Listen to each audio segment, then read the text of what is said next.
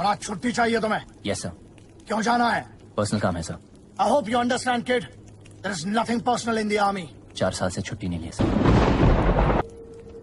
बस 7 दिन चाहिए मुझे। 4 साल से इन पहाड़ों में पड़े हो।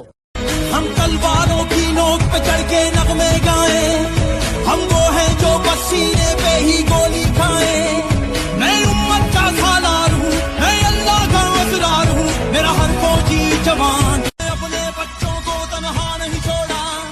मैं शाही हूँ इकबाल का, मैं घर है दर की आल का, मैं कायद का फरमान, मेरे सीने में कुरान, मैं खैबर में पंजाब, मैं सिंध बलोचिस्तान।